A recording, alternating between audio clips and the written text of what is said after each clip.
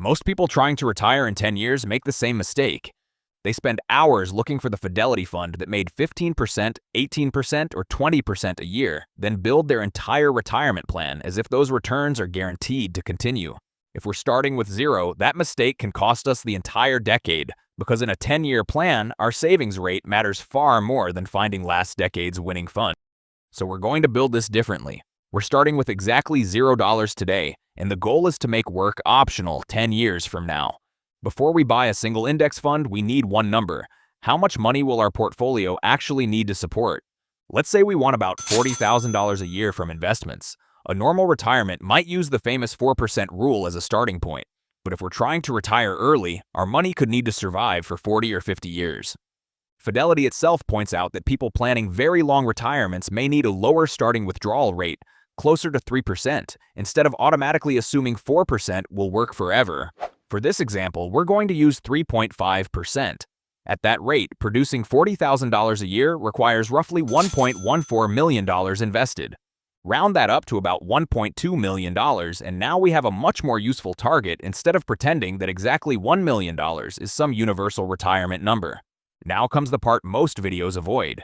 Starting from zero and reaching $1.2 million in only 10 years requires roughly $7,300 invested every month. If our portfolio compounds at 6% annually, even if we assume an 8% return, we're still looking at around $6,560 a month. That's a serious amount of money, but that's exactly why these numbers matter. If we can only invest $1,000 or $2,000 a month, the answer isn't to gamble on a semiconductor fund and hope for 25% returns. We either need to raise our income, lower the amount we'll need in retirement, extend the timeline, or create some income after leaving full-time work. There is no index fund that can permanently compensate for an insufficient savings rate, and this is where the 2026 strategy becomes very different from simply copying the last decade. Fidelity's Large Cap Growth Index Fund, FSPGX, delivered extremely strong returns over the previous 10-year period. Numbers like that make a growth-heavy portfolio very tempting. But planning the next decade around another 18% annual return would be extremely aggressive. Current long-term market forecasts are much more conservative, especially for expensive U.S. large-cap growth stocks. That doesn't mean technology or artificial intelligence is finished. Far from it. AI could continue transforming productivity, software, semiconductors, cloud computing, healthcare, robotics, and almost every major industry. But there's an important difference between a technology growing and every stock connected to that technology delivering exceptional investment returns. So our portfolio needs growth, but it also needs to survive being wrong. For the first 6 years, I would build the Fidelity version around 4 pieces. 60% FSKAX, the Fidelity Total Market Index Fund, 20% FTIHX, the Fidelity Total International Index Fund, 10% FSPGX for a controlled large-cap growth tilt, and 10% FXNAX, Fidelity's U.S. Bond Index Fund. FSKAX becomes the engine because it gives us broad exposure to the U.S. stock market at an extremely low cost. Instead of trying to guess whether technology, healthcare, financials, industrials, or another sector will lead the next decade, we own them together. FTIHX gives us thousands of companies outside the United States. That matters because markets move in cycles. The U.S. has dominated for years, but leadership does not stay in one country forever. Then we keep 10% in FSPGX. This is where we deliberately add more exposure to large growth companies and the businesses benefiting from trends like AI, cloud computing, digital payments, automation, and advanced software. And finally, 10% goes into FXNAX, Fidelity's U.S. Bond Index Fund. At the beginning, that bond position may look boring. That's fine. Its job isn't to outperform stocks. Its job is to give us stability and something we can rebalance from when the stock market gets hit. This isn't the portfolio designed to win a screenshot competition next year. It's designed to give us a realistic chance of still owning it after a recession, an AI correction, an inflation scare, or another market cycle nobody saw coming. But the funds themselves aren't what makes a 10-year retirement plan work. The real advantage comes from how we fund these accounts, how aggressively we increase our contributions, where individual stocks can fit without destroying diversification, and what we start doing around years 7, 8, and 9, so a market crash right before retirement doesn't wipe out the entire plan. So instead of asking, which fund can make us rich, we should be asking, how do we get as much investable money working for us as early as possible? The first move is automation. Every paycheck, money goes into investments before it has a chance to become a new car payment, another subscription, or a lifestyle upgrade. But here's where our 10-year strategy becomes different. We don't choose one contribution number today and keep it there for a decade. We increase it every year. Suppose we can begin at $5,000 per month. That's already aggressive, but remember what we're trying to accomplish. Then every year, we raise that contribution by 10%. Year 1 is $5,000 a month. Year 2 becomes $5,500.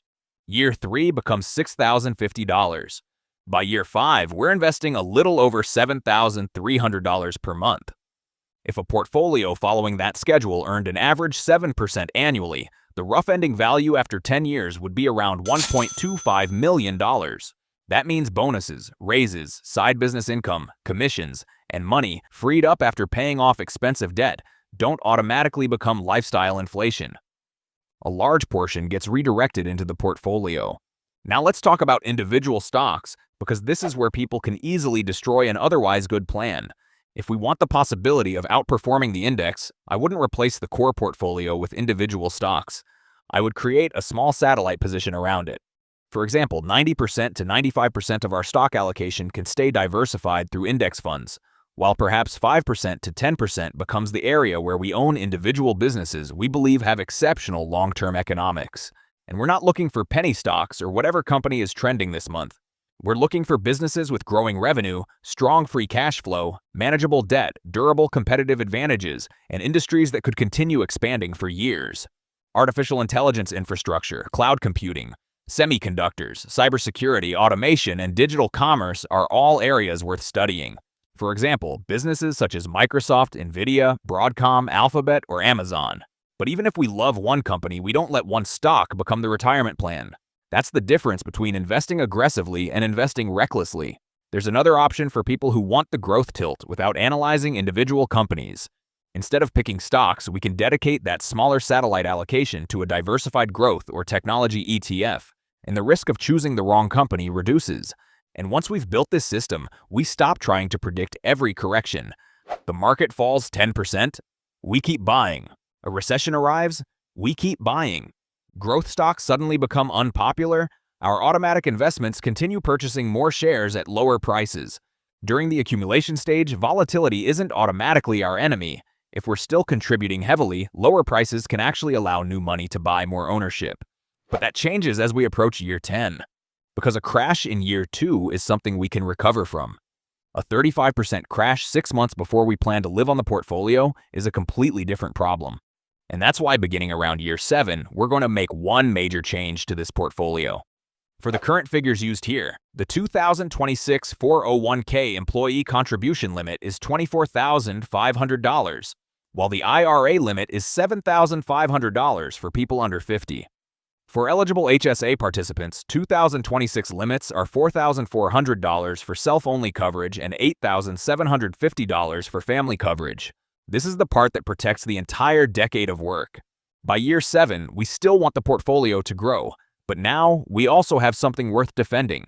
The closer we get to needing the money, the less dependent we should be on the stock market having a good year at exactly the right time. Before leaving full-time work, I would want roughly 1 to 2 years of planned portfolio withdrawals sitting in cash, treasury bills, or other very short-term, high-quality holdings. This addresses one of the biggest risks in early retirement: bad returns arriving at the beginning when withdrawals can do the most damage. We don't necessarily need the portfolio to replace 100% of our current salary. Suppose we currently earn $100,000 but only spend $55,000. Then our retirement target should be based primarily on what our lifestyle actually costs, not on replacing a six-figure paycheck we were never spending in the first place. Take that further. If we can lower our required portfolio spending from $40,000 to $30,000 a year, using the same 3.5% planning rate, the target falls from roughly $1.14 million to about $857,000. That's almost $300,000 less that we need to build. And once we reach retirement, we don't suddenly abandon growth and move everything into dividend stocks. We still need the portfolio to grow because retirement could last decades. A diversified mix of broad index funds, some bonds, and a cash reserve can give us both growth and flexibility. Dividends can be part of the income, but they are not free money, and a high dividend yield alone does not make an investment safer. And if we're starting from nothing with only 1 decade, the winning strategy isn't predicting the next NVIDIA. It's building a system strong enough that we don't need to.